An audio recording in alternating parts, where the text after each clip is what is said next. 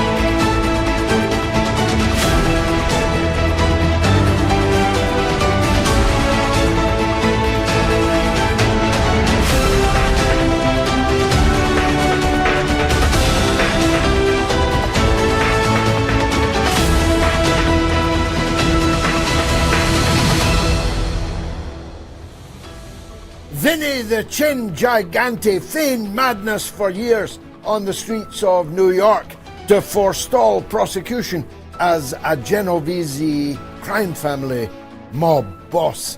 Is that what Donny Gigante Trump is doing? Schizophrenia? Anyone? What is he going to do? When will he make his minds up about Iran? Is he going to blow it to kingdom come? Or are things moving along very, very nicely? We'll be talking to an expert about that. And tonight is the night that the great Tucker Carlson and his merry men and women set out a new course for a third party, an anti-war movement that will contest the next presidential elections. And the situation in Iran is poised on a knife edge. But 20 minutes ago, Iran announced that they had reached agreement with Oman on the course of the waterways of the Strait of Hormuz. Is peace slipping into view? All of that and more tonight here on the Mother of All Talk Shows. Stay tuned.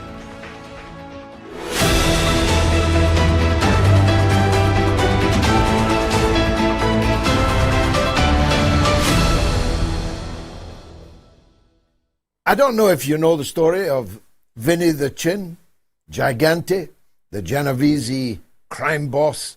He was mad as a hatter, walking down the road in his striped pajamas, in his bathrobe, in his slippers, coming out naked into the street, urinating publicly, looking for all the world like a madman. But all the time, he was actually building the Genovese family into a mighty powerhouse of the mafia in New York. I got to thinking of the similarities between Vinny the Chin and Donny Gigante Trump. And if you think about it, it's not all that far-fetched. Not any more far-fetched that the host of The Apprentice should end up running the United States and plunging the world into World War III. it's not that far-fetched that Trump is laying the groundwork for an insanity plea if and when he leaves office and if and when he faces prosecution for multifarious crimes against humanity, war crimes, and crimes against the American people, crimes against the American Constitution. In fact, Donald Trump is a far, far bigger criminal than Vinny the Chin Gigante ever was. Vinny the Chin didn't succeed in his madness plea in the end, going down in the 1990s into Sing Sing or wherever they put these chaps these days. But Donald Trump won't get away with it either. Just this very day, he put out a social media post hailing the defection from the Democratic Party to the Republican Party of Alan Dershowitz, Jeffrey Epstein's lawyer. And when you're in the trouble that Donald Trump is already in, it seems like he has some kind of death wish. Certainly his erstwhile friends, Marjorie Taylor Greene, Thomas Massey, and above all, primus inter pares, Tucker Carlson, this very evening at 11 o'clock, right after this show, will be going live on the Tucker Carlson network, TCN, to launch the third party, launch the third way, launch the anti-war decent money, no more foreign donors, no more corruption, phenomenon that might just take US politics by storm in the next couple of years. After all, who are the Democrats going to put up against Tucker Carlson? Who are the Republicans going to put up against Tucker Carlson? Oozing charisma in spades, a grasp of world affairs that no official of the Trump administration can even approach remotely. Tucker Carlson, after Donald Trump, the best known man in America.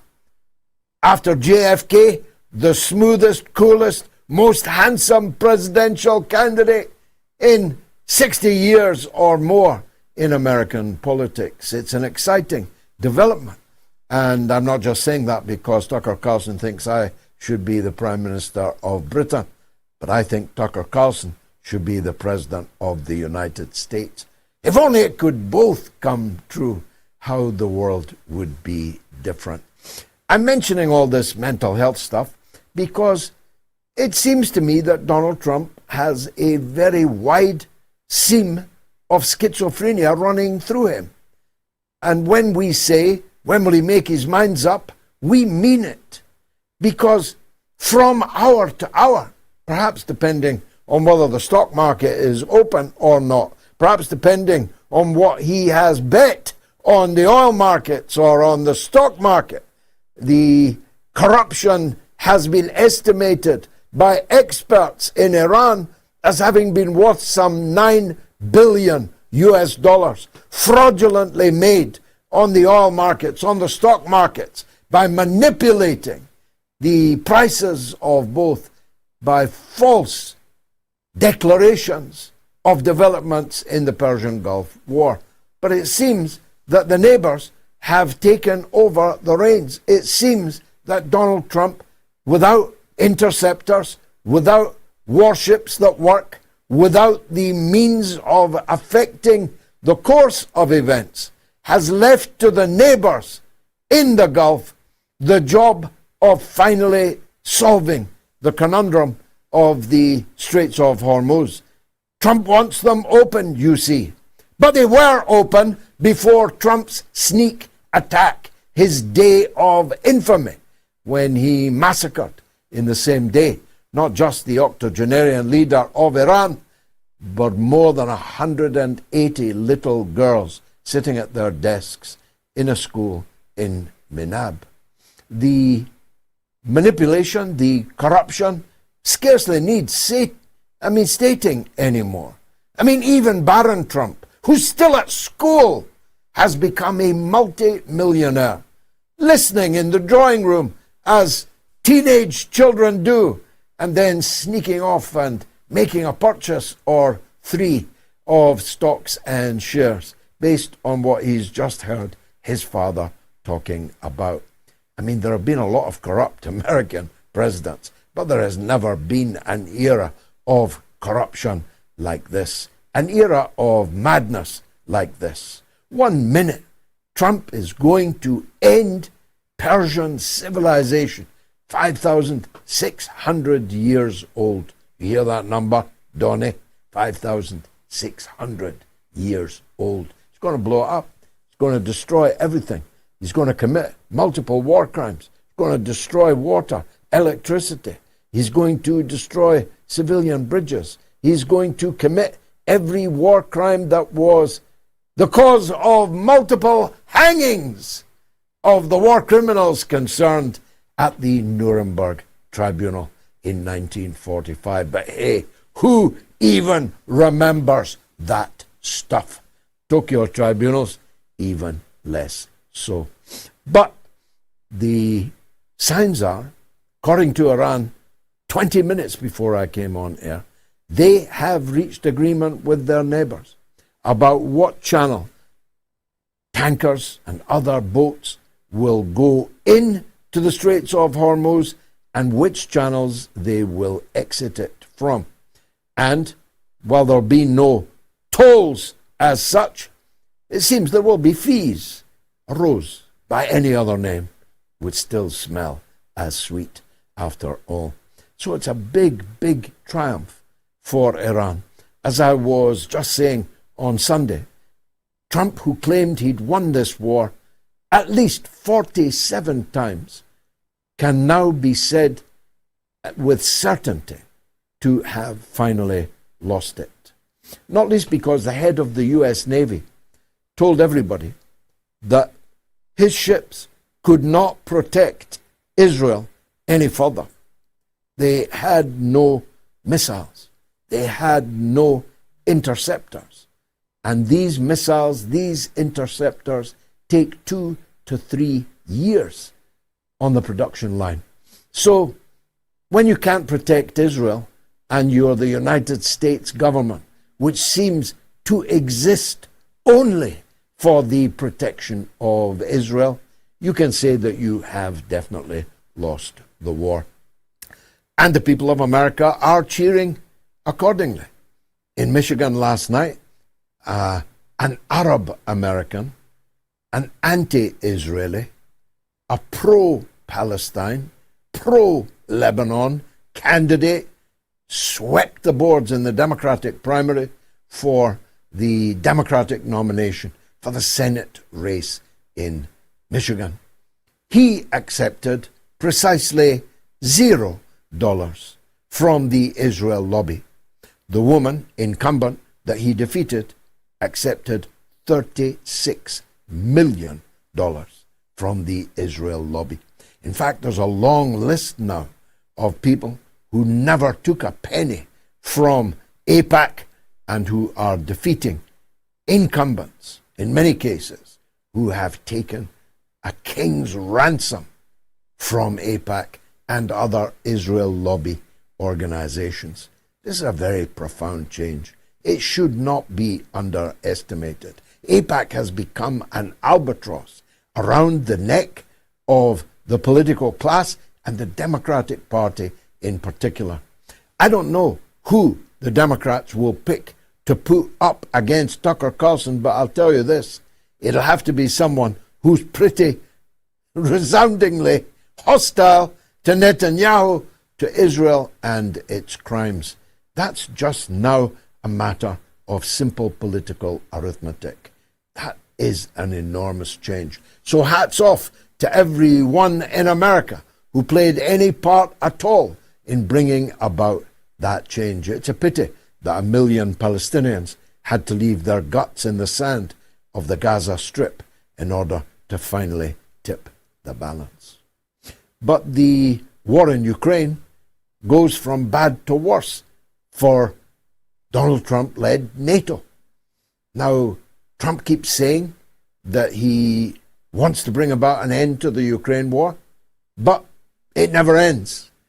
He keeps saying that he is not supplying any more weapons to the thief of Kiev, many of which end up in Africa or in the hands of organized crime, cartels, who knows, maybe even the Genovese family themselves. But he keeps selling it to NATO, and he doesn't know, you see, what they do with it thereafter. I mean, that's as implausible as Vinny the Chin's defense turned out to be in the 1990s. He knows full well that the weapons he's selling to NATO, he is NATO. He's the leader of NATO. They go to murder children on beaches in Krasnodar, as happened earlier this week. We saw it. On television, we saw it. Not on your television, because you're banned from seeing the truth on your television. But on my television, I watched it multiple times. I saw the swimmers in the sea. I was imagining a kind of Jaws theme to it because I knew what was coming next. The people were in the water. The families were on the beaches. The children were frolicking. It was a beautiful summer's day, and bang! A Ukrainian rocket murdered them. I say a Ukrainian rocket, but of course it was a NATO rocket. It was a rocket made either in the United States or in Italy or in the United Kingdom or in Germany or France. We killed those children on the beach in the Krasnodar region earlier this week. We did it. Not Zelensky. He might have pulled the trigger, although only might. There are so many mercenaries now in there. It's perfectly possible that we are actually pulling the triggers, that our satellites are identifying which child exactly are we going to slaughter, the one with the beach ball or the one on the water slide. Which one are we going to murder? Perfectly possible. And then they go home to their beds as Mr. James Bond incarnate and think that they've done a good day's work. Well, if you're a mass murderer, then yeah, you did a good day's work. Trump keeps saying he wants to end the war, but he won't tell Elon Musk, who sits next to him on the Air Force One, who is on the phone to him every other day, if not every day. He's never told him to switch off the Starlink, without which these kinds of murders could not take place. He says he wants to end the war, but he licensed this day Patriot missile production to Ukraine, having earlier said that he would not. He said, how's this for schizophrenia? He turned down Zelensky's request for more Patriots because he needed them for Israel. But on the same day, he licensed Zelensky to manufacture his own Patriots. Of course, that'll probably never happen. The scale of the bombardment now from Russia of Kiev and its surrounding areas is so massive. It's difficult to see Zelensky himself emerging unscathed by the weekend or the weekend after that. The idea that Russia is going to allow a factory somewhere to start manufacturing Patriots, well, right at this moment, Ukraine appears to have no missile defense at all. Now, I'm no general. I was only a boy soldier, a lance bombardier, but even I know if your opponent has no missile defense, that's probably the moment to pile on the missile bombardment. And not just on Kiev, but the widening war aims of Russia are clearly visible to me. They're clearly visible in the naval blockade in the Black Sea, which has now effectively rendered Ukraine a landlocked country. Clearly visible in the increased activity in and around the Russian city of Odessa, which, as I've been saying since the beginning of this conflict, it will be very difficult for the Russians to leave Odessa, built by Catherine the Great, to Zelensky or his successors. But I must spend a couple of minutes talking about this new development of Tucker Carlson. Tucker Carlson's a friend of mine. Let me make that declaration of interest right away. But he's the biggest broadcaster on the planet. Number one, numero uno, the number one honcho.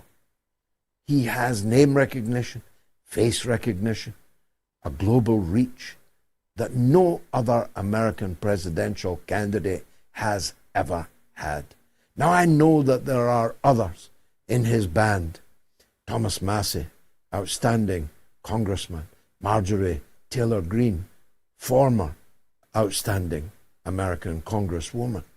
There are others like Joe Kent, who've resigned from the Trump administration, albeit belatedly, who are papabile. They are potential leaders in the future in American politics. But I venture to suggest that a ticket with Tucker Carlson at the head of it might prove unstoppable in the next presidential election, which will be fought between two severely diminished parties. The Republicans and the Democrats are not just the same thing, not just two cheeks of the same arse. It's an arse that has sagged so much it's hanging down below the knees. It is identified as McConnell. It is identified as Schumer. It is identified as Pelosi. It is identified with the necrophiliacs of American politics who continue on life support to support individuals who are so discredited that they were, as it were, having literally to be kept alive even when they are dead. It'll be toothy Gavin Newsom or laughing Kamala Harris against far from laughing, in fact, decidedly glum J.D. Vance or the poisoned dwarf Marco Rubio. With that lineup, I tell you, Tucker Carlson will drive a coach and horses through them and all the way to victory. It's up to you in the United States. I hope you take the chance. Coming up, two fantastic guests dealing with the events in Ceuta on the Moroccan coast and, of course, the Persian Gulf imbroglio, in which so much blood and so much treasure has already been wasted. Stay tuned. Right next.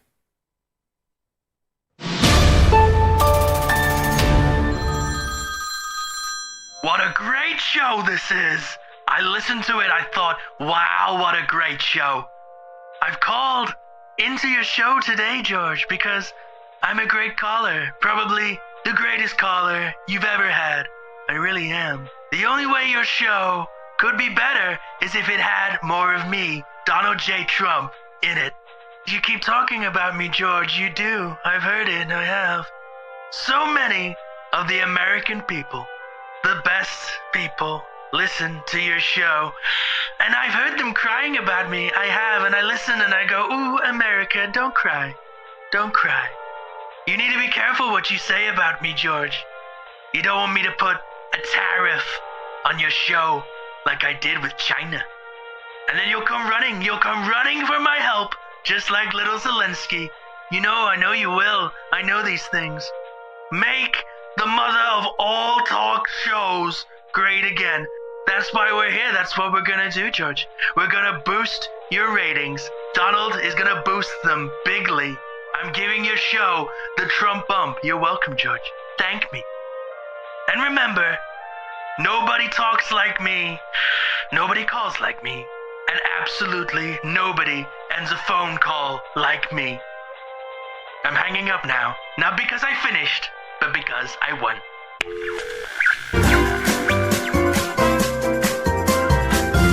You are listening to the mother of all talk shows with George Galloway.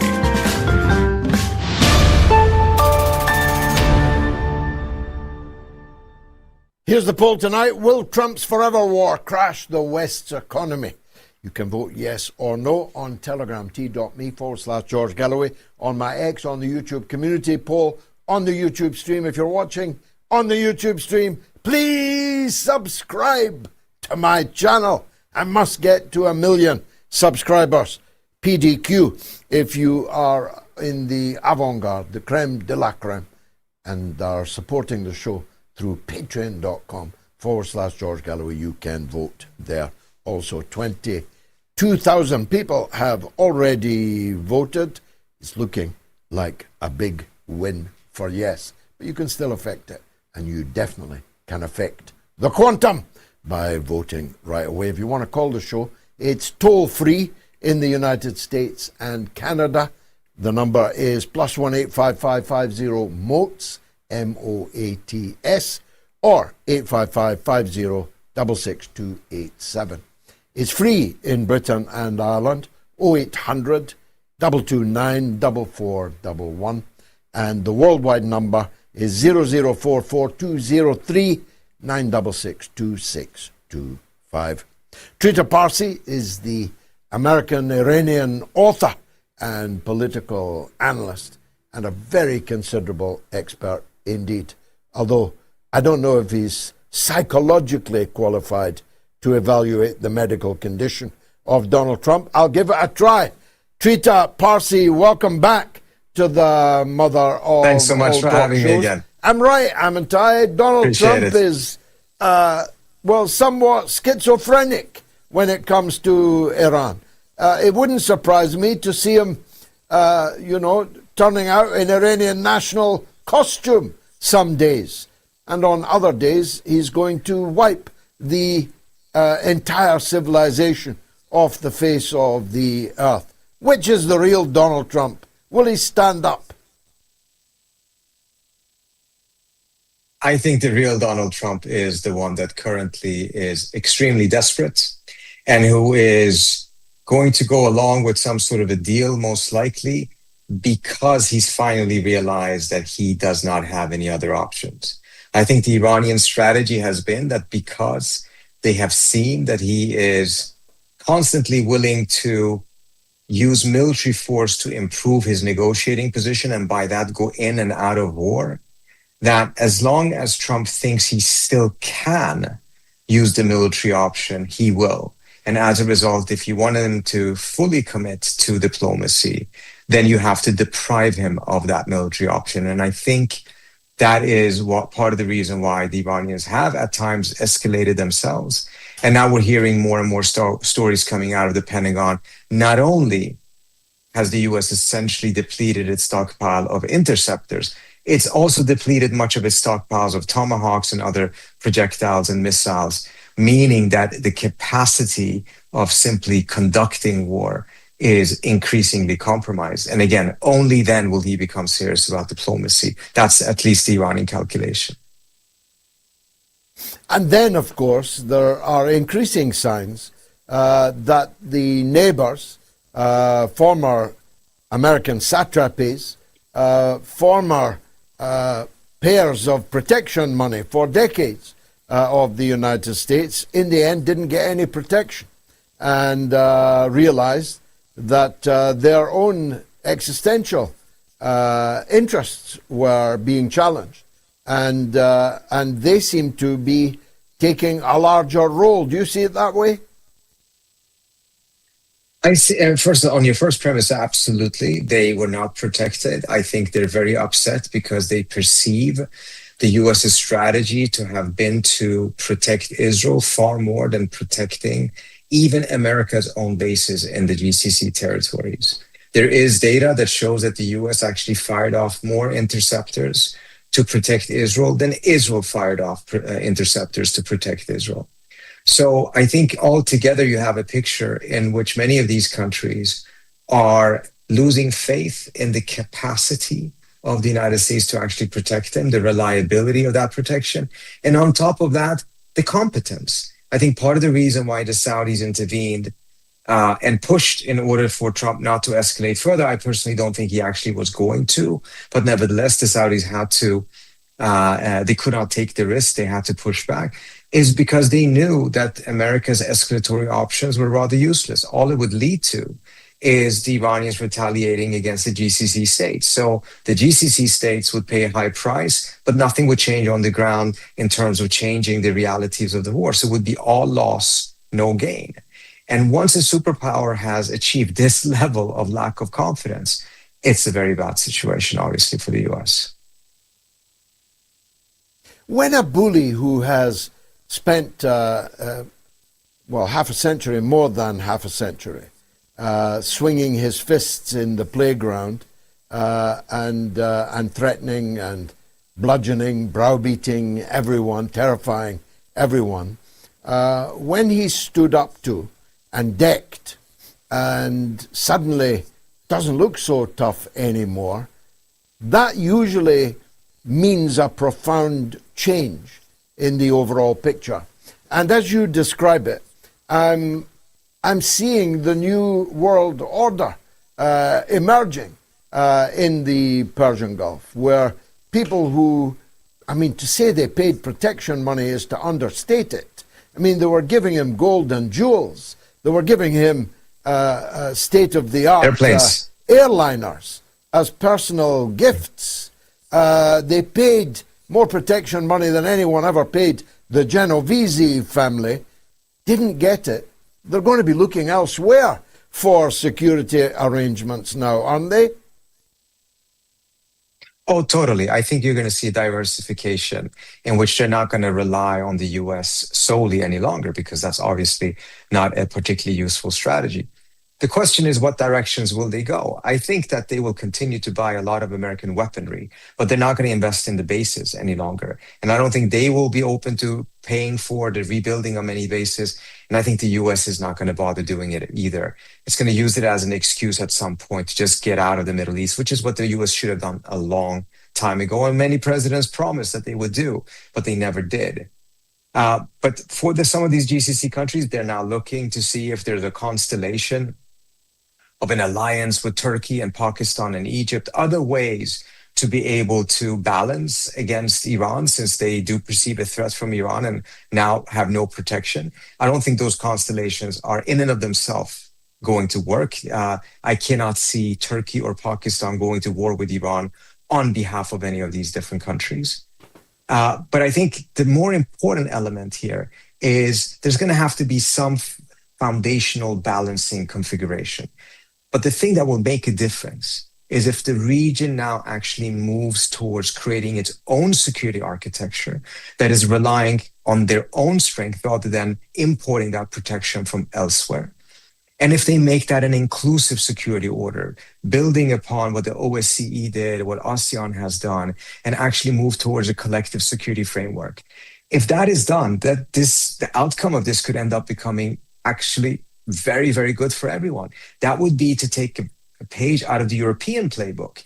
The European playbook that was tremendously successful until Europe abandoned it essentially in 2022, in which Europe had several decades, 5 decades of unprecedented peace because it was trying to build a mentality, a paradigm of indivisible security. The Middle East has never had that, but it's fascinating to me to see how much the European states are now moving towards thinking along those lines, recognizing for a security standpoint, they can no longer isolate and contain and sanction Iran. They need to have interdependence and economic integration with Iran in order for their own security to be able to flourish, nevertheless, let alone Iran's economy to be able to flourish. If that thinking takes hold, I think there actually can be a quite positive future for the Middle East going forward. Well, unprecedented peace if you're not sitting in Yugoslavia like me, but let's not be diverted on that, Doctor. Let's get down to the granular detail of these talks that are going on. I must say, although I've been wrong before on this in this last 12 months on this, but it looks quite positive to me. Just before the show, the Iranians said they had reached agreement with Oman on which way in and which way out. And if Trump is looking for a way out, there's an off-ramp right there. Absolutely. There is an off-ramp. It seems like much of this arrangement is just going to be a more detailed one of the same version that existed before. Part of the reason why this whole thing broke down was because of some ambiguity on exactly the direction of traffic, what would this southern lane be used for, etc. These things are now clarified. There was actually a proposal on the table in the back before this war restarted that should have been adopted, which would have had essentially notifications go in both directions. All ships would have to notify both to Iran and to Oman or another GCC state. It should have been taken. We could have avoided these last couple of weeks of unnecessary warfare. It seems like it's going back to that. And at this point, frankly, Trump just needs an exit. He needs an exit out of this. And I think he's going to take it. And there's going to be a lot of criticism in Washington, D.C. over this. A lot of the hawks, a lot of the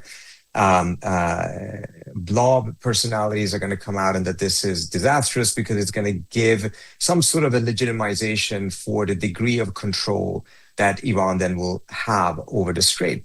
Reality, however, is this. This war did not give Iran control over the Strait. This war revealed that Iran had that control, that it had the capacity for that control. Recognizing this does not expand that Iranian control. It helps you manage and to a certain extent even limit that control. And the core interest of the United States at the end of the day has not been traditionally to prevent other powers from having control. The core interest has been to make sure that the trade is free and non-discriminatory and predictable. That can be achieved through this Omani-Iranian deal. But if the objective is suddenly that, there cannot be any semblance or an illusion of control, then we're going to go back to war in order to uphold an illusion that never was true, which was that the Iranians cannot close the Strait of Hormuz. We know now that they always could have done that, at least for the last couple of years. The only reason why what this war changed is that it revealed that reality. And as a result, I do think that the U.S. should go in this direction, but I'm sure there's going to be a lot of voices in Washington who would prefer war than this type of a compromise. Well, there'll be a lot of huffing and puffing from the Israel lobby for a start. The Mark Levins, the Shapiros, and the rest. But as the current wave of primary upsets for AIPAC are making clear, and the opinion polls still clearer, there's never been a worse time to be an Israel zealot in the United States, has there? This is, I think last night was historic, and I think we have clearly now passed an inflection point. For years, there's been an open secret. People knew that the policies that AIPAC and that pro-Israel crowd was pushing for was bad policy. It was bad for the region. It was bad for the United States. Arguably, in the long run, was also very bad for Israel itself. But it was good politics because this kind of disturbance came in through the type of impact that AIPAC had and made sure that members of Congress felt safe, constantly voting for bad policy because politically, it made them safe. Politically, it protected them. Politically, they got a lot of campaign donations. Now we have essentially seen this anomaly be shattered. Now good policy has to be followed by good politics and vice versa. You're not going to have a situation in which bad policy is good politics. And I think this is and it's not just the race in Michigan. There were several other races in which very strong pro-Israel candidates were defeated in these primaries by people who explicitly ran on this. And if you listen to a lot of folks in Washington who are not necessarily in the mainstream. We were saying for several months, these primaries, both on the left and on the right, many of them, the litmus test is going to be Israel, Palestine, and Gaza. And we're now seeing that in a very, very astonishing way. And I think there's shockwaves that are now being sent out. Going forward, any politician that is just taking AIPAC money is not going to sleep as safely at night because they know people will organize against them, and it is profoundly unpopular with the electorate, both on the left and on the right. That's very important to note. And then there is tonight's development of Tucker Carlson, Massey, Taylor Greene, Kent, and the others. Tucker will be broadcasting right after this show this evening, and I'm sure many of our audience will stay up to watch him. The platform, as far as I can see, is an anti-Iran war platform for the new movement, third party movement, party, whatever it's going to be called, anti-Iran war, an end to the endless subvention of Israel, an end to the support for Israel's wars, empathy for the Palestinians, the kids in Gaza, and so on. And these are politicians of the right, Trita.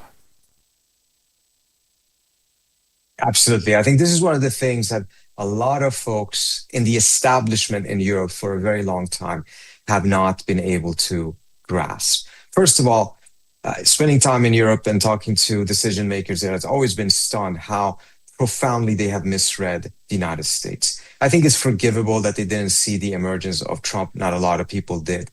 But they were really counting on some sort of idea that Biden had put everything back to normal and that Trump was simply just an aberration. It's very clear for anyone who was living here that that was not the case. He was essentially just channeling an energy that goes far beyond him. The other thing that was really difficult for them to grasp is how the American populace was turning against Israel on the left, and of course also now as of late on the right. And the one on the right they have completely missed, have fundamentally misunderstood how anti-war sentiments on the American right are so profoundly strong. And they have grown stronger in the last couple of years. And that what Trump did with the Iran war and what Netanyahu did by coming to the White House in February of 2025, not even giving Trump 10 days of presidency before he came there knocking on the door asking for war with Iran. It has really just taken the veil off of any effort of trying to sugarcoat Israel's influence and the direction of Israel's influence in the United States. And as a result, you know, the party that Tucker is putting together is a manifestation of that. It's going to be very interesting if there's going to be a left wing to that same party, to that same movement, in which folks on the left are coming together on this issue as well, because these are issues that are truly uniting both elements on the left and on the right. They may have profound disagreements on other things, but this is becoming an overarching issue in a manner that foreign policy very rarely do become in U.S. politics. Well, I'm all in for it as a man of the left. If they're looking for a foreign branch, I'm ready to head the initiative. Finally, prediction's a hazy science, of course. But is your prediction like mine that this deal, this Iran deal, is going to be made now? Or might we, given the schizophrenia involved in Donald Trump, might we be back to war again by the weekend? I wouldn't say by the weekend. I do think that this deal on the Strait looks quite plausible at this time. But I think it's important to understand the deal that actually puts an end to the war altogether is a deal that not only deals with the Strait, also deals with the nuclear issue, and very importantly, also deals with the Iranian demand for a regional ceasefire. That means an end to Israel's occupation of Lebanon, an end to Israel's bombardment of southern Lebanon and of Beirut.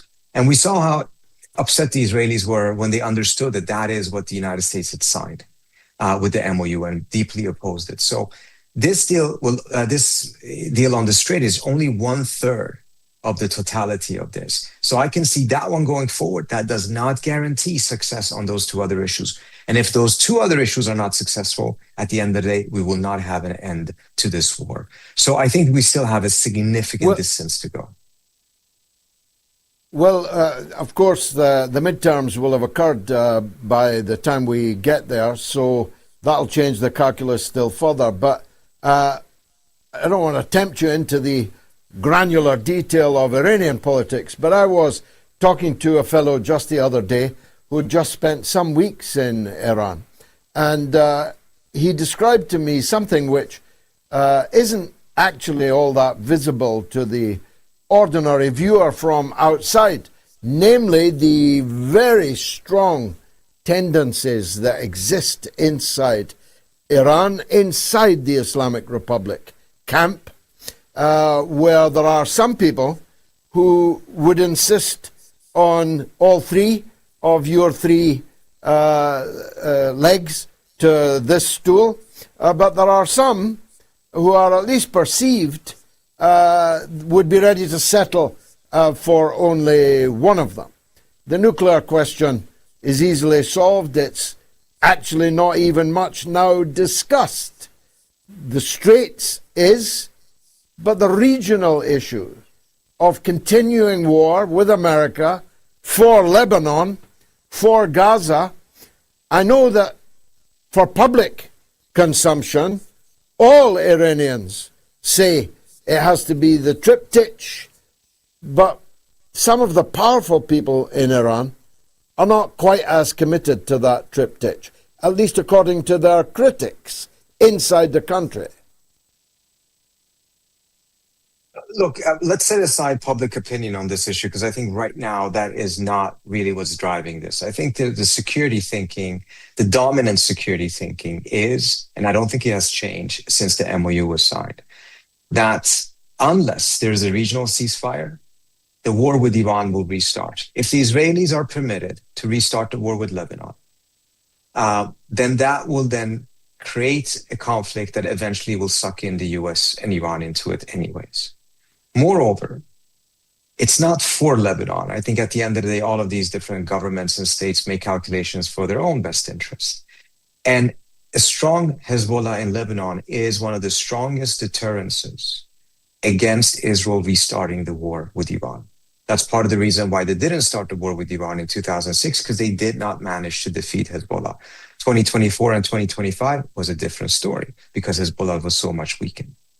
And then that comes to the question of what would the Iranians trust the most? A deal with Trump or their defenses, a forward defense in Lebanon? And I think there, the overwhelming majority of the security establishment, as it looks today, I'm setting aside public opinion now, is that they don't have enough confidence in the United States to bet everything on that instead of at least having a bet on Hezbollah and that forward defense.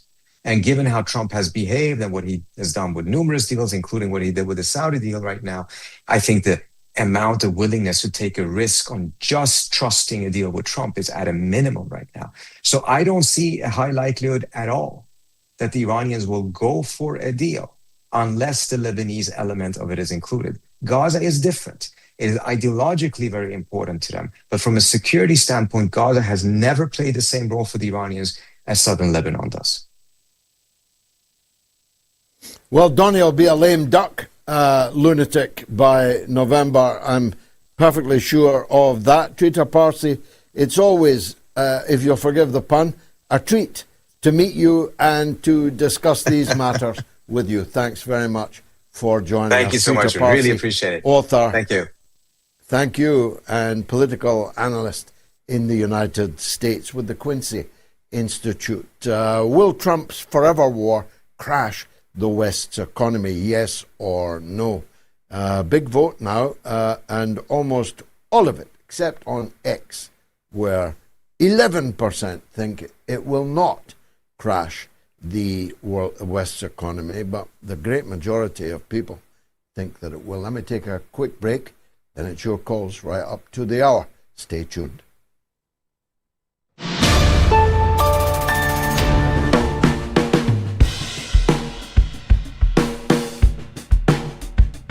It was set up in 1949. People, an amazing number of people imagine that it was set up in opposition to the former Warsaw Pact formed by the Soviet Union and the socialist countries. But in fact, NATO predated by some years the creation of the Warsaw Pact, which was in fact an answer to the West creating NATO. Now, I've spent, well, literally my whole life, since I was 13 years old, I've been demanding Britain out of NATO, and now NATO is disintegrating in front of our eyes. I don't know when they agreed the permanent membership and the veto system, but the UN is clearly now unfit for purpose. And I have long believed and proselytized for the BRICS and the SCO and the New World Order to establish their own United Nations, because it seems to me that the current UN in New York is, well, completely useless, has hegemony over it, can even decide which member states are to be allowed a visa to come and speak at the United Nations. It's preposterous. I remember I was with Chavez in New York when the US refused to give visas to his bodyguards. But such was Chavez's charisma that he took to the streets of New York without any bodyguards and was hailed everywhere he turned. Such was the magnificence of Hugo Chavez. He walked around the streets of New York to a hero's welcome without bodyguards because the US refused to allow his bodyguards a visa.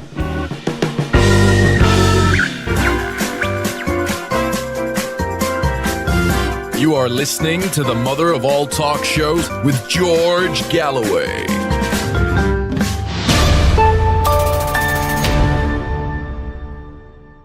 Well, the phone lines are open. It's toll-free in the United States and Canada, +1 855-50-MOATS, MOATS, or 855-50-66287.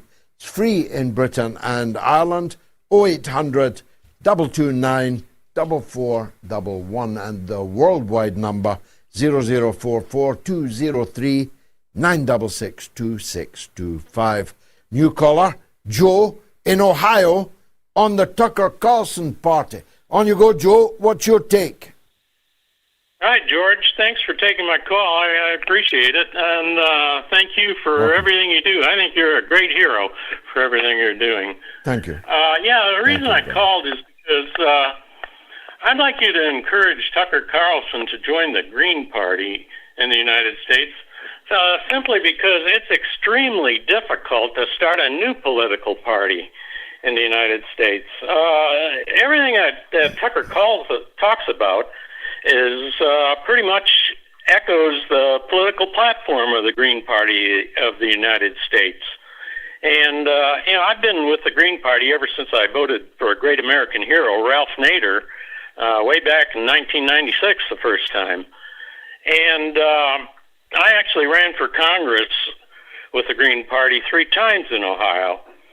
And I know for a fact that it'd be extremely difficult for Tucker to start a new political party and then get on the ballot, whereas the Green Party already has ballot access in many of the United States. And that's why I'd like you to encourage Tucker to join the Green Party and then seek the nomination for president with the Green Party. I think he'd have a good chance of getting on the ballot in most of the states immediately that way, and he wouldn't have to go through all the trouble of getting ballot access in all the other states. Well, of course, I hear you, and I fully understand what you're saying. I supported the Green Party in the last 2 elections. Dr. Jill Stein is a friend of mine, and she was the presidential candidate, of course, against Trump. And a very fine person she is too. But I really don't think that the identity politics, the wilder shores, Joe, can I put it that way? I'm trying to be polite and nice. The wilder shores of the pre-existing leftist formations in America will appeal to Tucker Carlson or his base. They certainly won't appeal to Taylor Greene, to Massey, and the likes. The infatuation with identity politics, with the LGBTQ++ agenda, with the trans issue, and so on, and of course also with the excessive zealotry on energy matters of the Greens in Britain. I don't know about the Greens in the US, but I'm guessing it's not that different. I think that's a different part of the river. I think the Green Party is fishing in a different part of the river from Tucker Carlson and co. Of course, I take your point about ballot access and so on. But I think if Tucker Carlson and the powerful force that he would represent almost instantaneously, that can probably overcome that. I haven't spoken to him about that particular point about ballot access. I've been speaking to him more about whether this should be done and who should be the chief of it. But if I ever get the chance, then of course I'll inquire and report back. Thank you, Joe, for the call. Now, we've been completely flooded with messages tonight. Scan the QR code, leave a comment on the YouTube stream. I'll try and read it out. Like this one from David Greenwood. Democracy is doomed now in the USA, as in the UK. Only Russian and Iranian total military victory will save us. And Greyman 65 says Miriam Adelson will decide the fate of humanity. I really don't think so now. I think these people are busted flush. Bobby Lennox, gosh, there's a name. Did you ever see Bobby Lennox play? Bobby Lennox 1910 says Tucker had better watch his back. We know what the Zionists are about. And Chris Cox 3109 sends £5. Thank you, Chris, and says anti-Zionism is now protected by law as a right. This refers to a fantastic victory by Professor David Miller in the Employment Tribunal appeal today. He had been sacked illegally, as it turns out, by Southampton University because of his anti-Zionism. He won the tribunal case that he had every right to be an anti-Zionist, that being an anti-Zionist is a protected political characteristic. The university, with ill grace, decided to appeal it, and they just lost the appeal. So Professor David Miller is everyone's hero around the whole world tonight, and I raise my glass of tea, Professor Miller, to you. Levin Neola, 50, says, I'm worried that you support Tucker Carlson, who supported the illegal invasion in Iraq that you and billions of people opposed. Well, he doesn't support it now, and he describes his support of it as the biggest mistake of his entire life. I mean, there's more rejoicing in heaven at one sinner who hath repented than of the 99 who hath no need of repentance. Don't be so churlish. It's characteristic, protected characteristic maybe, of leftists everywhere. Choose to save humanity. Sorry, George, but Carlson is a white supremacist and a nationalist who was firmly in the MAGA camp. As a non-white, I can't possibly support him or his beliefs that white men are victims. Orlando Owen, 4809, says Tucker is an American patriot. MAGA morons are traitors we're going to have a debate about all of these things with Tucker Carlson here on the mother of all talk shows. Steinbauer Sports says, I am Iran first at this point. And Idemili Asone says, don't fall for it. All Tucker will do what they tell him to, like all the others. Mac K9P says, R.I.P. Glenn Hansard. Who's Glenn Hansard? And has he died? Right, it's a legend on the line. Clear the decks. It's May in Oklahoma on Trump's possible insanity plea that I introduced at the beginning. May, welcome back. Hi, George, my hero. How are you today? I'll By the wait grace for of your God, answer. I'm great. The better for hearing from you. Oh, well, that's how sweet. Yeah, I think we're due for a 25th Amendment on Trump, but, you know, Nixon supposedly told Kissinger to let everybody know that Nixon was crazy so other countries would cooperate and be afraid. So I guess it's conceivable that Trump is smart enough to do that too, but I kind of doubt it. But yeah, he's certainly acting like an insane man. I don't know about schizophrenia, but something's definitely wrong with him. And so I'm glad you brought it up, and I agree with you. I just wanted to catch you Well, up. I'll tell you what, May, nobody would be surprised to see Donny Gigante Trump striding out in his pajamas on the White House lawn, would they? I mean, we actually would not be surprised at Donald Trump now doing anything at all. He's physically incontinent, both urinary and the other. He is becoming elephantine.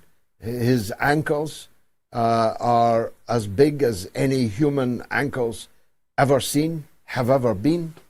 His mental acuity is, well, everyone has seen it and can see it. He's sure not anybody's idea anymore of a very stable genius, is he, May?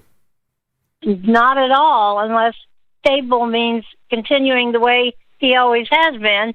Then, yeah, he's pretty stable. But, you know, I wouldn't be surprised. Pajamas, I wouldn't be surprised to see him go out on the White House lawn absolutely naked. You know, the emperor has no clothes, as we said, and maybe he'll forget one day. I know. I just don't want to think about that, especially if he takes his nappy off.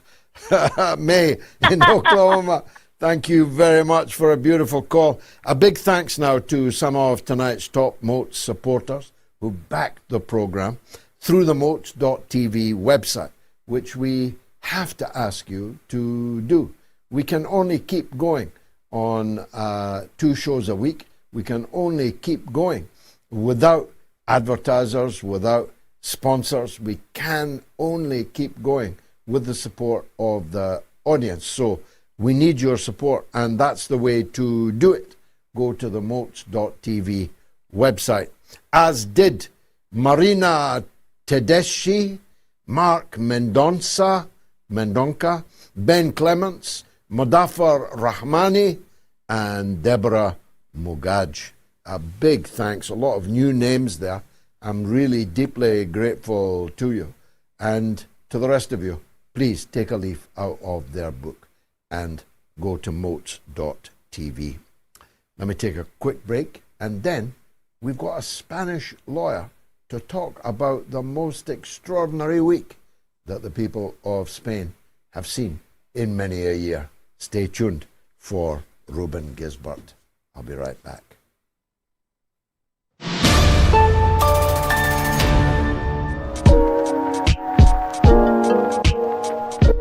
Full marks to you for your dogged persistence and your quiet and dignified insistence that you were right and I was wrong. I don't actually recall the clash that we had, but I would have to say that you are being proven right, and I am being proven to have hoped for things that have not transpired. Because I said all along, I repeated it 100 times, that the big enchilada, World War III, an intensification of American involvement in the Ukraine war, was more likely to happen under the Democrats, under President Kamala Harris, than under a renewed President Trump. And I'll go to the stake defending that position.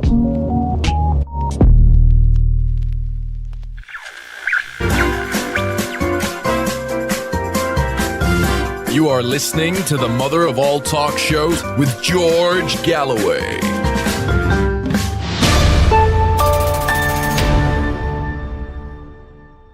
Now, you know my view that what happened in Ceuta the other day was a drive-by shooting of Spain by the United States and Israel using its loyal auxiliary, the Kingdom of Morocco. I've had a lot of pushback on that from Moroccans who are remarkably loyal to a king who abandoned them and now is to be found in a thick fog of God knows what in the streets of Paris. They are remarkably loyal to the king's regime, even where they are describe themselves as opposition. No leader could ever wish for a more loyal opposition than the leadership in Rabat. The Moroccan people are very dear to me for a very, very long time, and I hate to hurt their feelings, but the truth is the truth.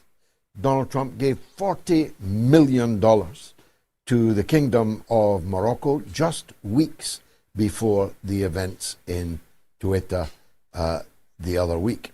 He opened a consulate in the disputed territory of the Western Sahara.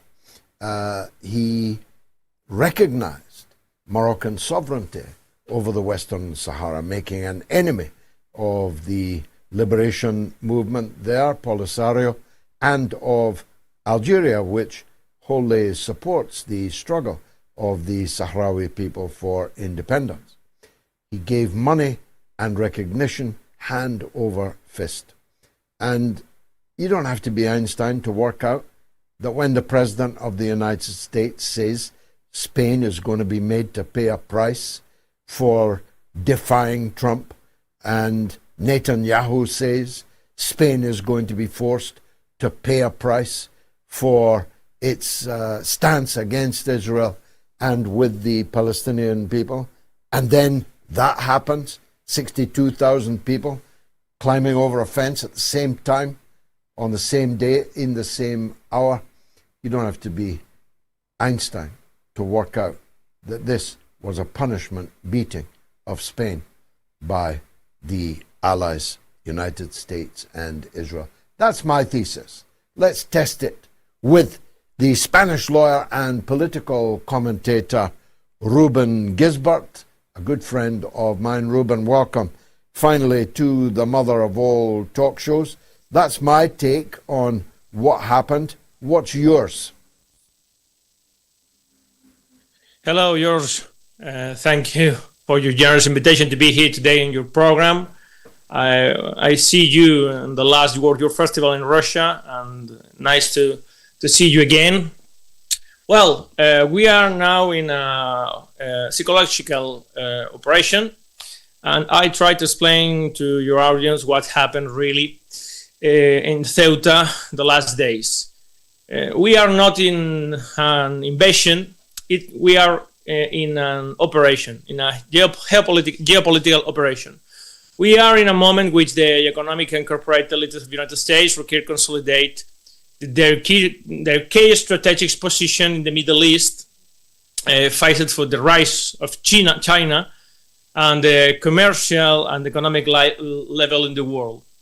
They require total control of the pivot area that half of Mackinder defined in geographical pivot of the history.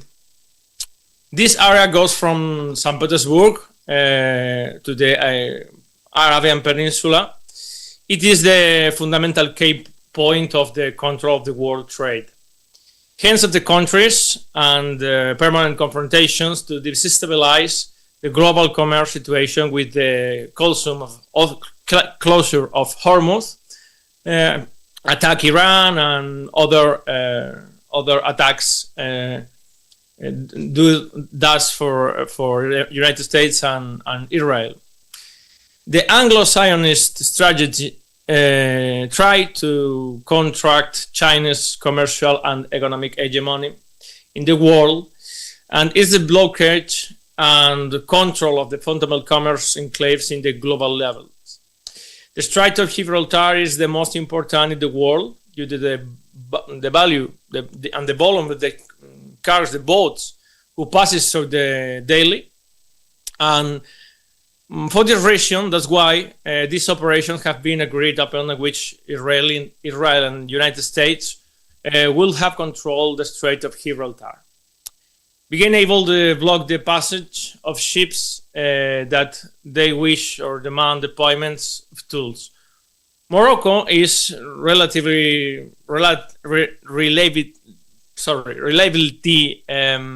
recent state inspired by the United States as a fundamental enclave in North Africa due to this geostrategic situation.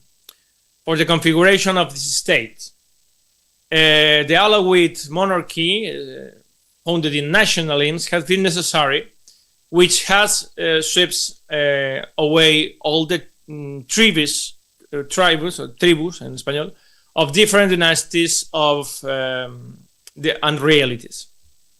This nationalism has always inspired to control the north of Africa, including the Spanish territories of Ceuta and Melilla, as the Spanish possess since 40 and since 60 centuries. So now taking advantage of Spain's catastrophic immigration policy, what has been done in the device, a large mass of Morocco who live in the most authentic misery and poverty, and they have been sent in construction the rhymes dumps trucks from all points of Morocco under the promise that be entering through the water, they will be directly attend to the Spanish authorities who will give them work, food, water, a future. This has been with the purpose of generating an apparent show of force that simulates any invasion, because these people were not coming to invade Spain, and I commit this mistake at the beginning of this situation. They were looking for a better life, decided by the government of Morocco. In fact, it has been the citizens of Ceuta themselves, some of them Muslims, but who have a long tradition of parents and grandfathers from Ceuta, who immediately close all the shops and sets up barricades in the street to prevent the people from being able to stay. These desperate men and women and childs throws cannot further be the government of Morocco and directly be United States and Israel. Upon finding neither food, no water, no any place to sleep, and nobody attend them, that's why these people return to Morocco. This operation is directed with the purpose that after everything, a deal is reached with the traitors, Spain's politicians, for a cession of the territorial water of Ceuta for the control for the Gibraltar via an entity directed by the United States of Israel. The purpose of all this is to generate a fictitious conflict in which, in the end, the Spanish people accept the cession of the territorial waters of Ceuta to the United States, while retaining the territory of Ceuta. For that, I show a force that simulates a land invasion was necessary. And that is exactly what has happened the last days, directed for the Mossad. And so what's by the impact on Spanish politics? Let's talk about who has gained from it and who has lost from it. It's a surprise, because we can see that our king is in Mallorca making a regatta. The president of Spain, Pedro Sanchez, and the king are in holidays, and the political situation expressed for the political leaders are not worried, really. And I see that they accept really, and they know that they need to give to United States and Israel the control of water territories of Ceuta, because they are not in a place, they haven't got a political situation to give the United States that he wants. That they, finally is to say China, if you want to pass to the Gibraltar Strait, you must to pay or not pass. That's the card that the United States want to play. And the situation that he want to accept or can accept is, well, if you send to Ceuta 17,000 people who only give to goes to Ceuta to try to be a better future, people of Spain think that, whoa, we are invited for the Moros. And if finally the political people, the political leaders say, okay, don't worry, Ceuta will be for Spain, but we need to trade and negotiate control of the water territories, because the other countries of the European Union excluding that for the Schengen space, etc., etc. That's the situation, George. Amazing. Rubén Gisbert, thanks for joining us on the mother of all talk shows. Let me take a quick break, and then it's your calls right up to the end of the show. Stay tuned.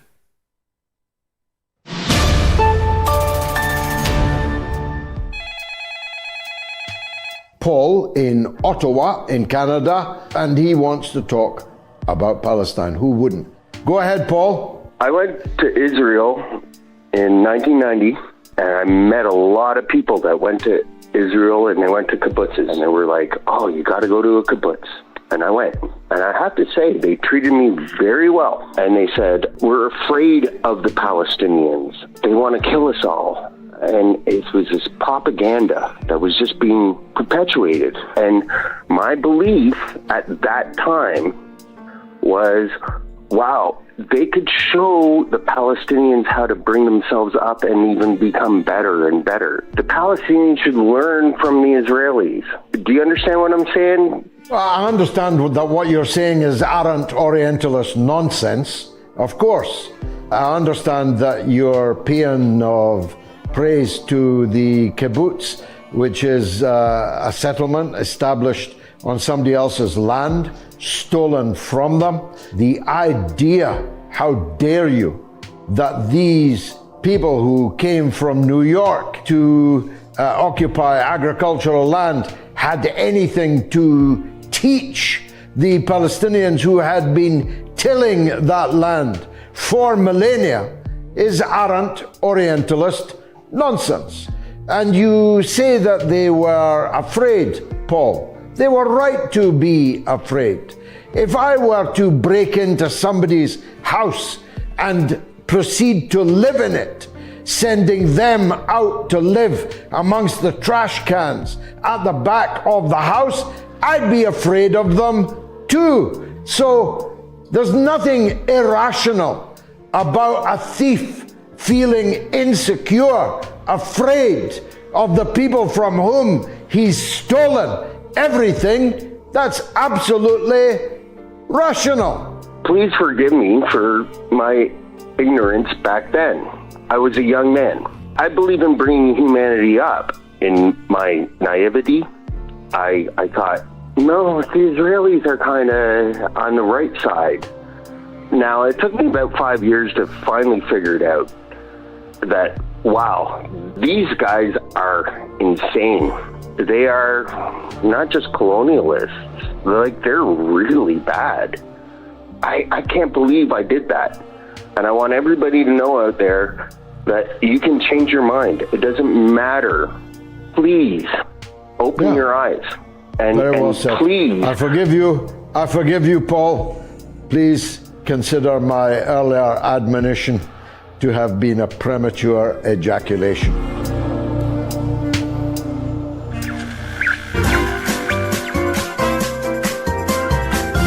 You are listening to the mother of all talk shows with George Galloway.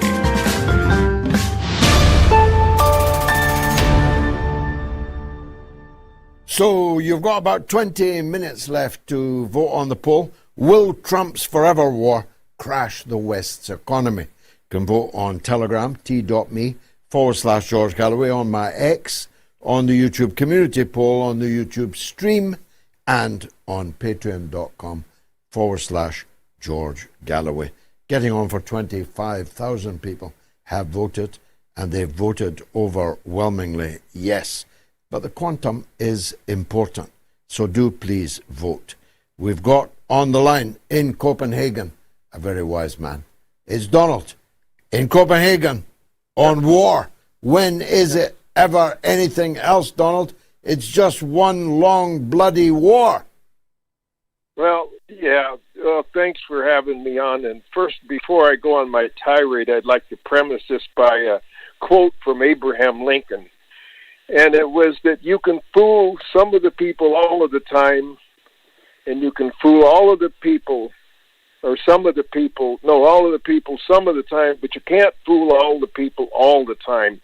And that seems to be going on what's in the United States. And Donald Trump, I mean, come on, the Islamic Republic of Japan, and this guy, they're still listening to this guy, you know, that he's making some kind of a rational statement and evaluation on what kind of an action we need to take in regards to an agreement on trade and things that make a society relatively compatible. We have to have these diplomatic dialogues that go on with people.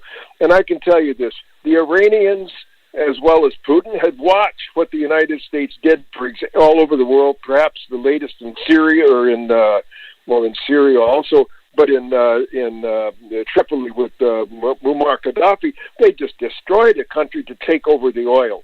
And if Iran didn't have oil, there would be no conflict. And this is what their goal is, to take over that oil, and also for the transportation and making these fees that transport through the Straits of Hormuz, that they want to make a toll on this. And also with this Greenland, that's because of the Arctic, the path going across the north, up in the Arctic Circle, they can transport, and the United States wants to take a hold of Greenland to be able to impress a toll on the ships going past it. He didn't find Greenland on his own, by the way. He did not do this on his own. Someone mentioned that to him, and he's taken, we can just go and take it, you know. This guy runs the country like as if it's some kind of one of these WWE wrestling events, just hurl a bunch of insults at somebody and think that they're going to have really seriously. I mean, this guy is absolutely his mentality. The average reading in the United States is of the 5th grade level, and he caters to these people that can't put two thoughts together and see what's going to be the conclusion of this activity. And the other thing is about winning. There's going to be no winner that's going to occupy Germany or Japan or something, and take over and get a complete surrender. That's not going to happen. I was educated as a medic in the Army, and the first thing you do when you see a bunch of people that have been devastated by a grenade or whatever, the first thing you see who might survive this, and then the first thing you do is stop the bleeding. And when you stop the bleeding, we can use that as an analogy to who is willing to keep spending funds and funding, and they want to stop the loss of the economics, and that will take precedence of who will decide when to stop and how much they want to contribute to the war or how much they want to continue with this attack. They're surely not going to win in Persia. Persia has been waiting for them to do this for 50 some odd years. I can tell you that. They can see the writing on the wall and what the United States is up to. And I can tell you this, Trump is the low-hanging fruit of scapegoatism. It's not him. They want to blame that administration or the other administration and put this culpability on an administration. No, it's the entire regime over there, and I can tell you what they're doing.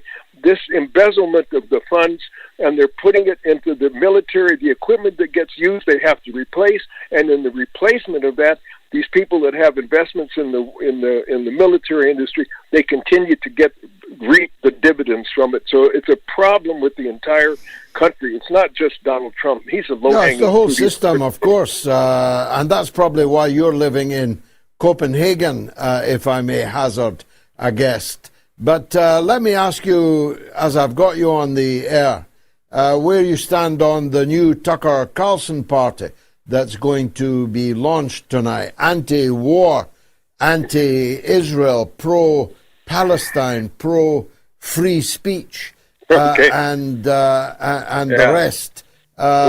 Some people say he's too white. Somebody said earlier he's too white. He's too preoccupied by white people.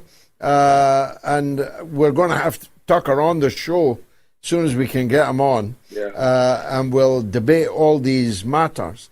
Someone else said he supported the Iraq war, which he did, but he also said it was the worst mistake he ever made in his life. So he's on a journey. He's on a curve. Yeah. Where do you stand? Well, I want to go back to the fooling some of the people all the time, and some of the people, or all of the people some of the time, because when people realize when you threaten the country over there with that you're going to go away from this Democrats and Republican situation, that's a hard hill to climb right there, because he's got to absolutely put something on the table, and people are tired of listening to politicians with their empty promises. So he's got a tough road to hoe. I'll put it like that. But something needs to be done, and he's one of the more reasonable human beings that we have. And I can tell you, the rapid racism of that country over there still exists. It's never gone away completely. So they have this idea of who, the white evangelist, this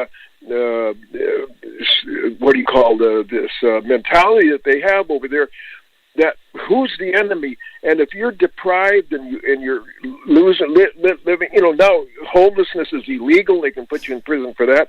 And what's going to happen is, if these people are waking up, the younger generation has to wake up to the fact that, hey, wait a minute, you got to do something about your government. You need to protest, demonstrate, and really resist what your government is doing. And it's the entire government, because those people that are in the Congress and the Senate and the Department, they're profiting on this conflict stuff.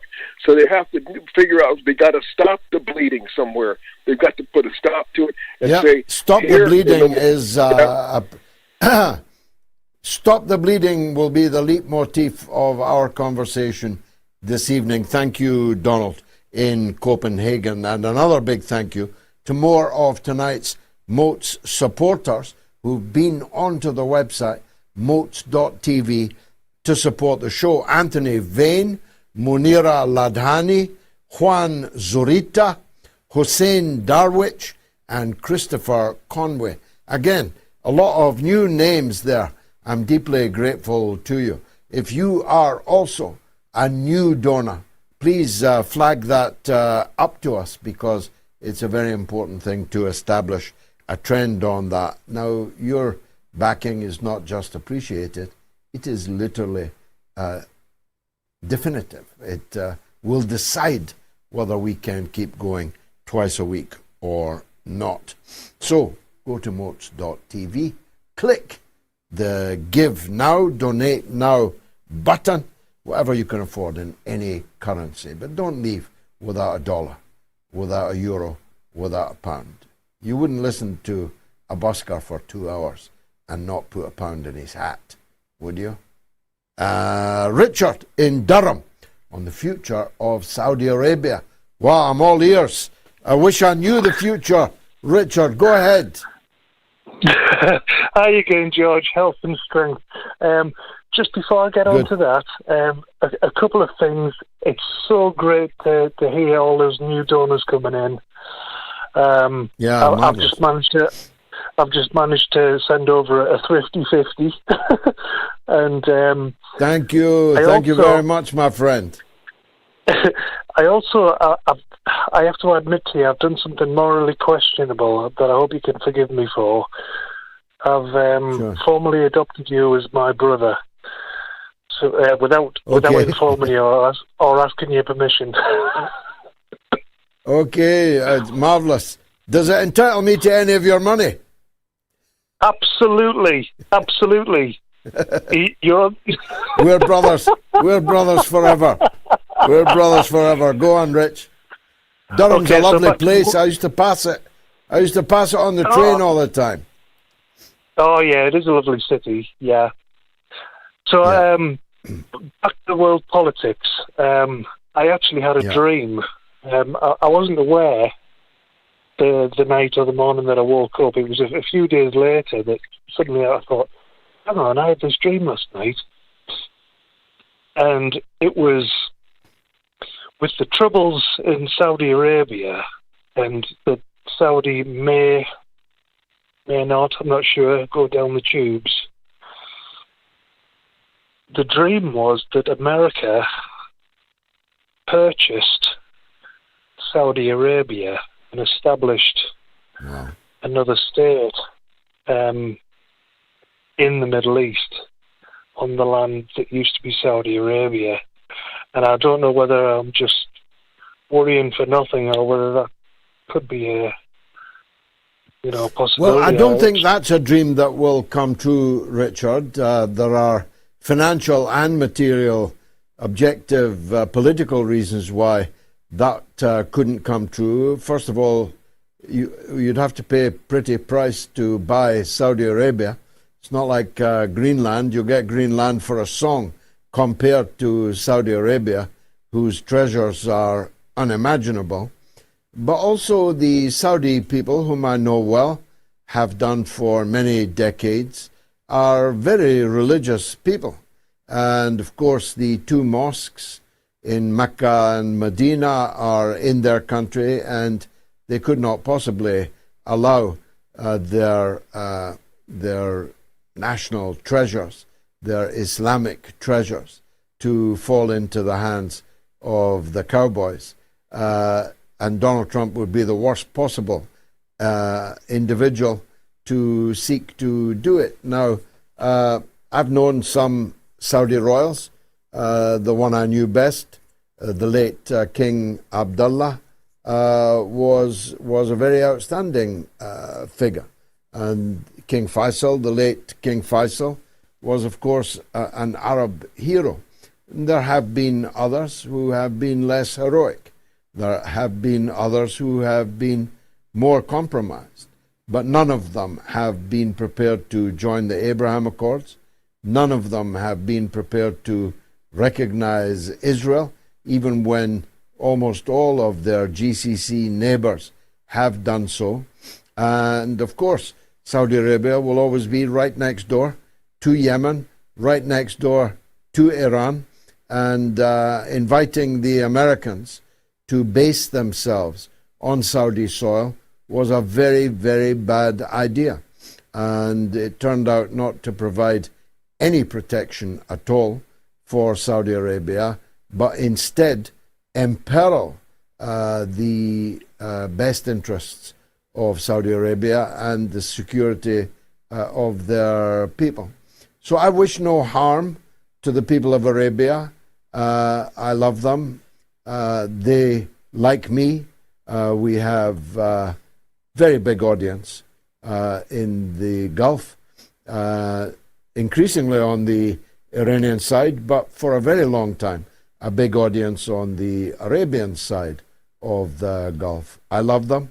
I love so many aspects of their culture, and I've known them for a very long time. So I hope your dream doesn't come true. Don't misunderstand me. Okay, brother?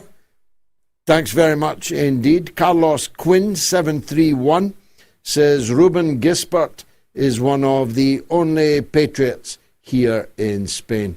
Very handsome fella, too. He is. EMLZ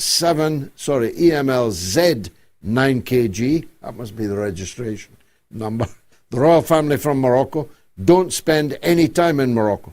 They're always in the south of France or here in England. And Idemili Asone says the North Africans pick your damn salad vegetables in Spain. You need them. Don't know what that means. Ange 7024 says, did you hear about Musk's rocket crashing into the moon and creating a huge Epstein crater? I didn't hear that. I'm assuming it's a joke, but tell me if I'm wrong. Sparrow TV sends £19.99.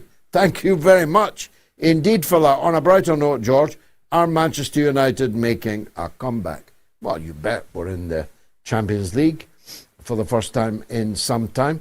I'm a bit disturbed that we haven't made more signings, but I presume that there's still some time in the transfer window. We're needing more midfielders, and we're needing a winger, in my view. United always have great wingers. We could always bring Mason Greenwood back. He burned up the track for Marseille this year. Only joking.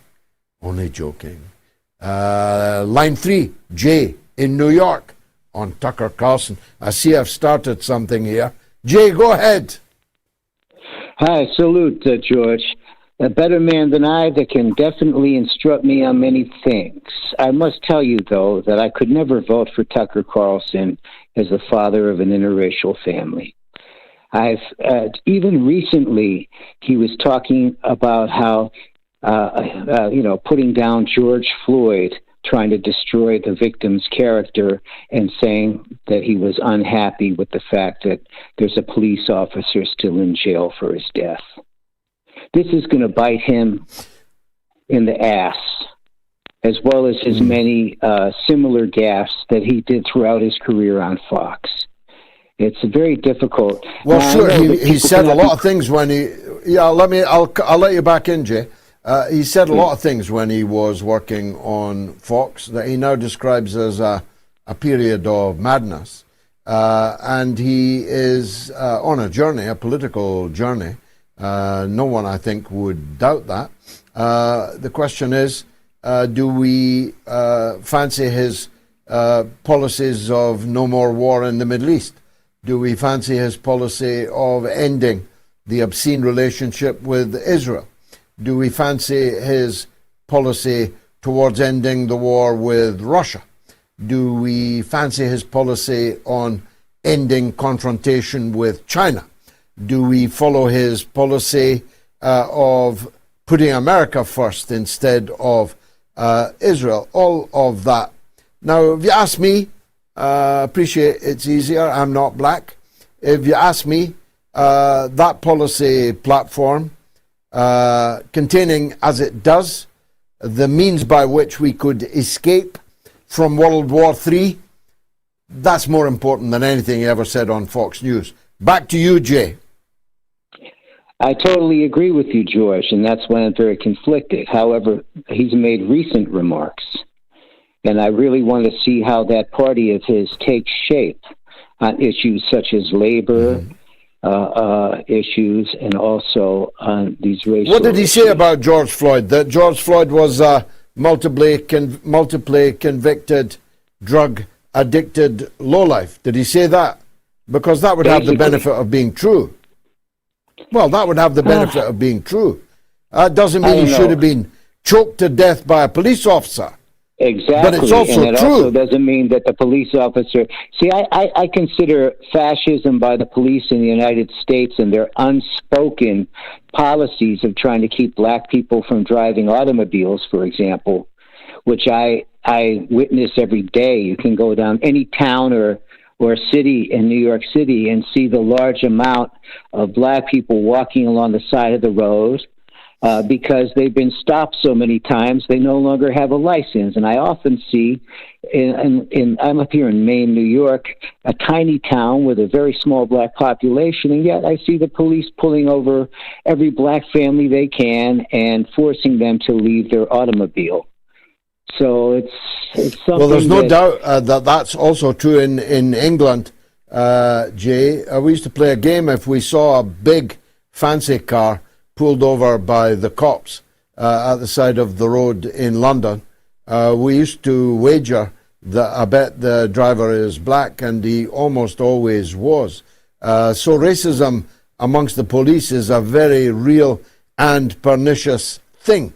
And if you're black, it's especially going to be very high on your list of things you're prepared to vote for. But so is ending World War III, Jay. So is ending the Russia, Iraq. So is ending the Afghan. So is ending the Iran. So is ending Israel, Palestine, Gaza. So is ending the Lebanon war. They're all pretty important issues too, Jay. That's all I'm saying. Further comment, and that is that the Palestinian people should have been armed since 1948. We need to arm all Palestinians and willing Lebanese now. That I don't know why the so-called resistance has failed to do so, because they have a standing army on the ground that they are not utilizing. And I feel so bad when I see Palestinians unarmed being forced out of their homes. I know that if someone tried to force me out of my home based on Zionist pretexts, they would have bullets between the eyes. Well, great call, Jay. I'll tell you what, when we get Tucker on the show, we need you as one of the first callers to ask these questions of him. Thanks very much indeed for the call. Now, you can download the Moats podcast right now by scanning the QR code on your screen. You can also listen to the weekly podcast on the website at moats.tv. Once you've listened, obviously, please give it a good review and rating. This week, the podcast is in the top 10 for politics in Kenya, Malaysia, and Nigeria, and in the top 30 for politics in Croatia, South Africa, Pakistan, and China. I'm mighty proud of that, and I want to thank everyone involved in making the podcast such a worldwide success. I'll be on tour in South Africa next month, and I hope very much to see all our South African viewers and listeners in the course of that tour. Did I mention Chile? How remarkable. We are in the top 30 in Chile. So a big thanks to everyone. Let's go to Washington, D.C., where Gregory has a point of view on the war in Iran. Go ahead, Greg. How you doing, George? By the grace of God, good, sir. Thanks. I was just reviewing the whole list of targets for Iran, and we got some wild cards in there. And I don't know who's advising Trump, but there are 3 or 4 that... God knows who's advising him. Maybe a real estate guy in New York, or, I don't know, a son-in-law or something. God knows who's advising Trump. Well, we can only wonder. He's actually thinking... I think we know who's giving him orders. Well, he's thinking of attacking Iran again, and they already said that they would target the desalinization plants in the lower Gulf, which... Even though that will mean an end to desalination in the entire Gulf and a mass movement of millions of people. looking for water. Imagine the refugee catastrophe that it will trigger. Where all the people are going to go? They'll come to Europe. You're lucky you've got a big ocean. Although one day that ocean will begin to shrink. But the Europeans, who were spooked, freaked out by 72,000 people invading a piece of North Africa, which legally belongs to Spain, though no one can quite explain to me why. Imagine 720 million coming towards your country in Europe, because that's the kind of mass movement of people that this world of war, this world of injustice, this world of regime change, this world of economic exploitation and desertification is going to produce. It's going to produce a mass movement of people, of hundreds of millions. And there's only one place they're headed. It's Europe, Gregory. They won't make it, not yet, to Washington, D.C. Eventually, that's an unprecedented wave of humanity. If you think they're having a migration catastrophe right now, the crisis will be untenable. And then you got, and what nobody's really understanding is, the Chinese haven't refilled their oil reserve. And once President Xi decides that he's going to, it will affect the price of oil in a way that Trump won't be able to manipulate. That's what he does when he posts all these, on his social media, is he's manipulating the price of oil. We have a deal. No, we don't have a deal. I'm going to bomb the hell out of Iran. Oh, they told me to stop and not bomb them, and all this kind of stuff. They asked me, please, can we talk? I mean, how can people keep a straight face listening to him when he's told the same lies over and over again, week after week after week? I mean, how credulous are the people of the United States? Why is there still a third of the people giving him a yes, thumbs up in the approval rate? 2/3 no, but who are the third that still approve of this guy? I think they're bots. I don't. Well, there think might that be. People, there might be. I don't think they're real people there might who be, are Greg. logging onto his site. They can't. They might be. We don't know in this AI world. I'm beginning to wonder if he's even real. Thanks, Gregory. Comments. Kelly N5P says Alan Dertsovic will have a stonking amount of legal work after this shit show. No wonder he wants to be Trump's poodle.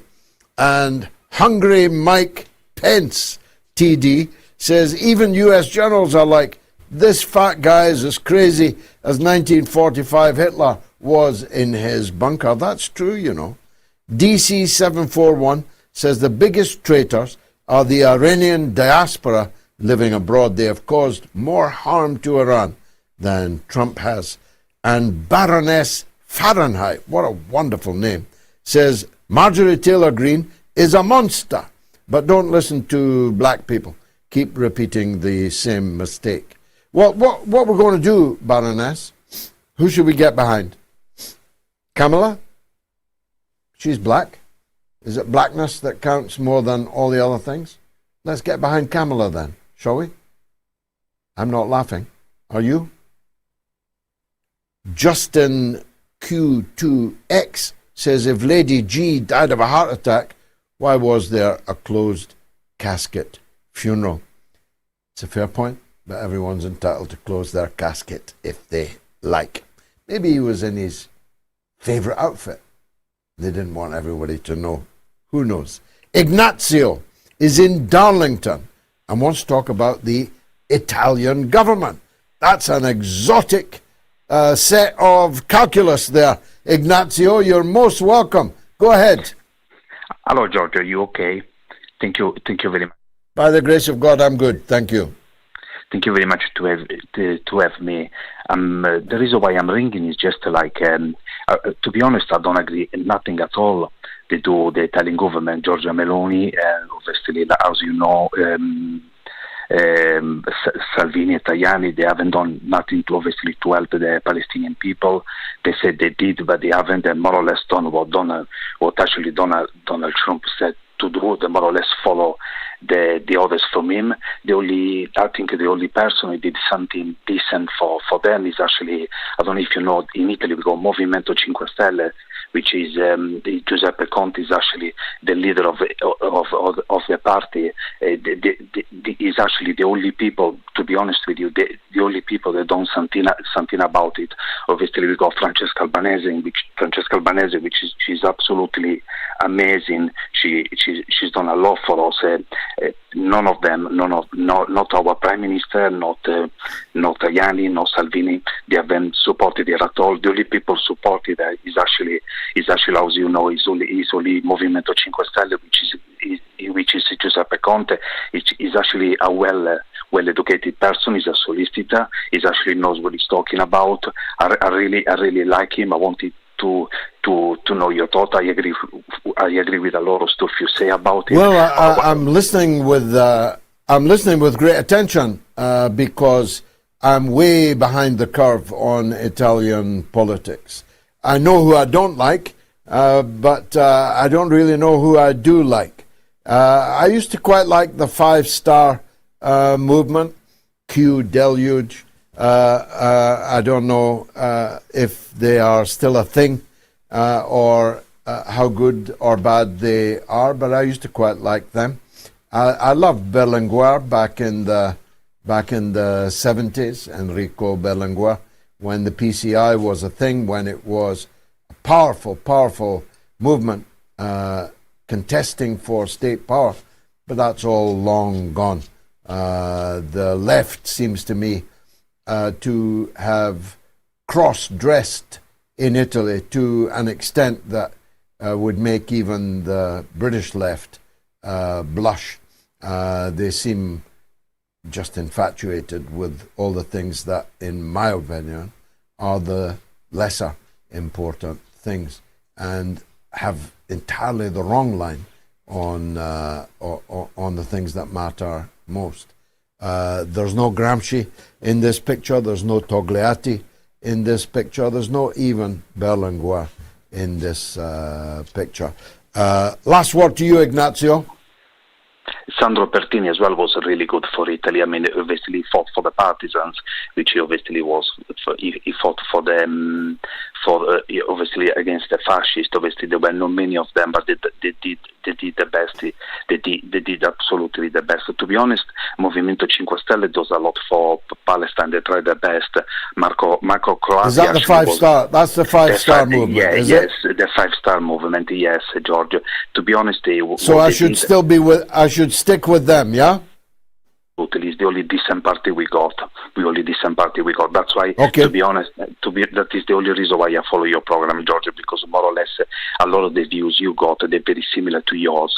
And obviously, in Italy, there is a lot of people. Obviously, I don't know if you knew, 2 million people blocked completely Italy when Netanyahu was absolutely getting crazy when he was torching them. Of course, there have been great demonstrations, great strikes. I take my hat off to the workers in Italy, one of my favorite countries, and my condolences to the people of Milan today. The burial, a very moving and very powerful funeral service for their captain, Franco. May you rest in peace. Thank you, Ignazio. Comments on Patreon tonight. Now, please, if you can, support the show through patreon.com/George Galloway. Mera Jani 1 says the Western economy is a war-based economy. Only peace will bankrupt the West. And Tony Martin says Netanyahu, Clinton, Bush, Obama, Biden's wars already have, but Trump's Netanyahu's war will finish the job. And Alan says Israel's looking vulnerable. they may resort to nuclear bombing. So a big thanks, as always, to those who support the show on Patreon. Let's hear from Andre in Canada on the Western oligarchy. Now, there's no oligarchy in the West. Only Russians can be oligarchs, Andre. You know that already. They're just plain wholesome rich people when they're in the West. Good to see you. Good to hear you, George. Yeah, well, the richest oligarch in the world is the sub-Saharan African-American Elon Musk. But I just want to talk about how the oligarchy are the puppet masters when the people are supposed to be the puppet masters. And I just find that people should protest at oligarchy's homes and gated communities, you know, instead of protesting at empty buildings, empty parliament buildings. Just protest at richest neighborhoods. Hello? Yeah, I'm not getting that, Andre. Maybe the audience is, but I'm not hearing it properly in my ear. So give me a call back on Sunday, why don't you? Speaking of Sunday, let me announce a very special guest on Sunday's mother of all talk shows. It is the one and only Professor Jeffrey Sachs, live on Moats. I promise you, you don't want to miss that. Now, probably the last call is Gordon in Lewis on British politicians with criminal records. Go ahead, Gordon. I'm all ears. Name names. Good evening, Your Georgeness. First of all, I've got 2.5 questions, and the first one's most important for you, the one that sat down in Congress and smoked a cigar. Who in their right minds would want to invade England and take over this mire, this mess that we're in? Name one country, apart from the Chagans. Thank you, Liz Truss. Definitely not Russia. Anyways, I can assure sorry, you. Jordan. Definitely not Russia.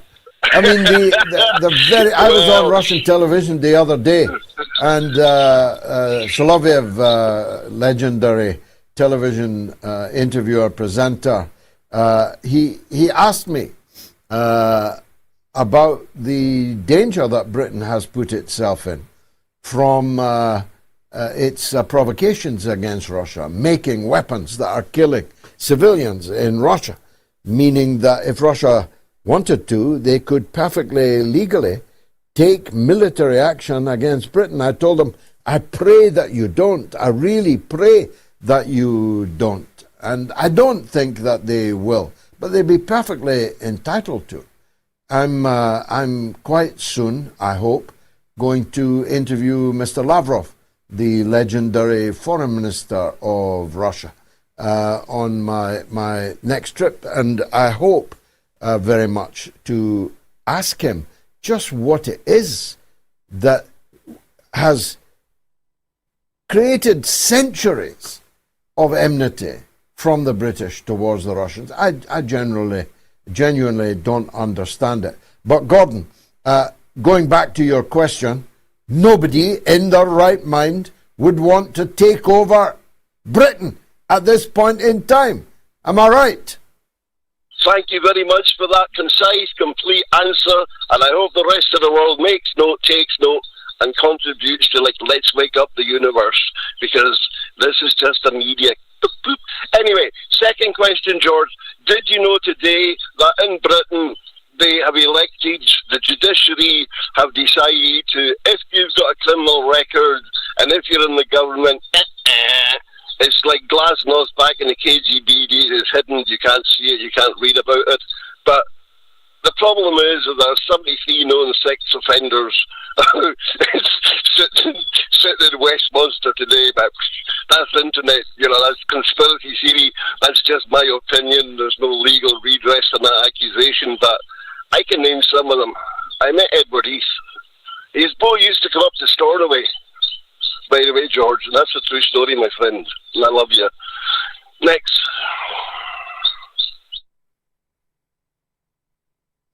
Well, I thought you were going to go down and dirty. Edward Heath is long dead, so he can't answer for himself. I sat in Parliament with him for a very long time. And of course, he was a confirmed bachelor. I always got the impression he was asexual rather than anything else. But you're right, there have been persistent rumors about his sexual predilections, peccadillos. And of course, there have been many of my former parliamentary colleagues who have come a cropper by virtue of criminal conviction. Not just sex crimes, but financial crimes and crimes of violence and drunkenness and so on. So are you now telling me that if you're a member of Parliament, you'll be able to conceal a criminal record? Is that what you're saying, Gordon? That's correct. I sat once with a man called Donald Stewart. I used to bring him whiskey, and water, way back in the 70s. Remember Donald Stewart? He created the SNP.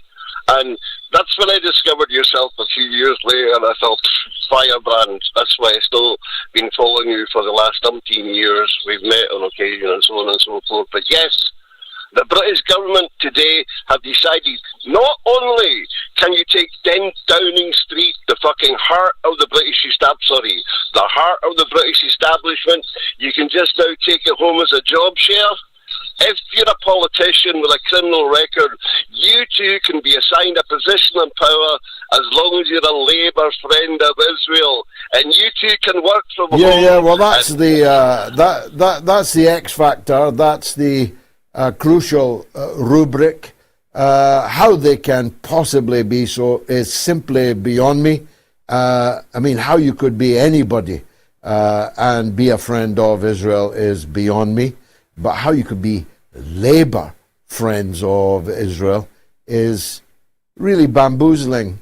It was always thus, but when you see what they have done, when you see how they behave around the world, how you could possibly declare yourself a friend of theirs is really amazing. In America, at least, they're getting money for it.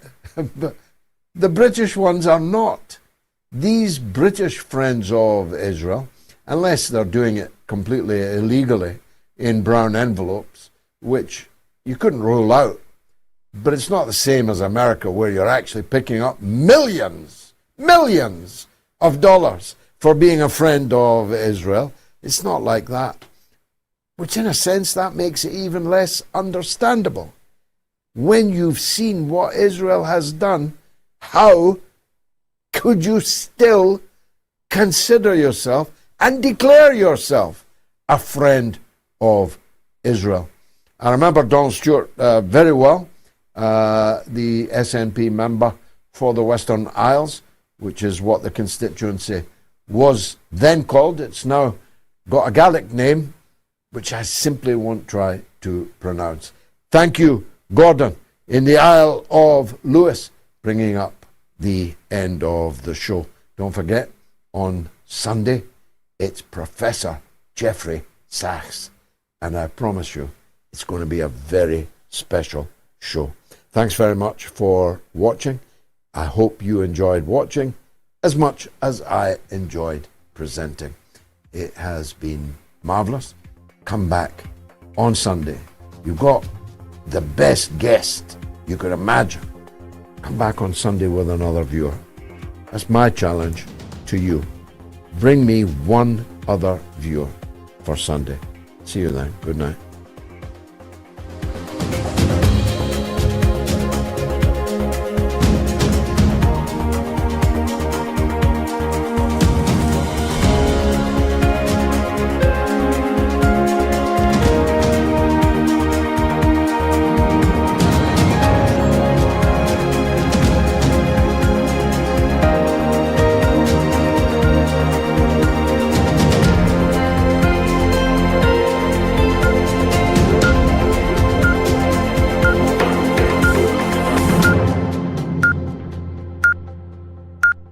It's the mother of all talk shows.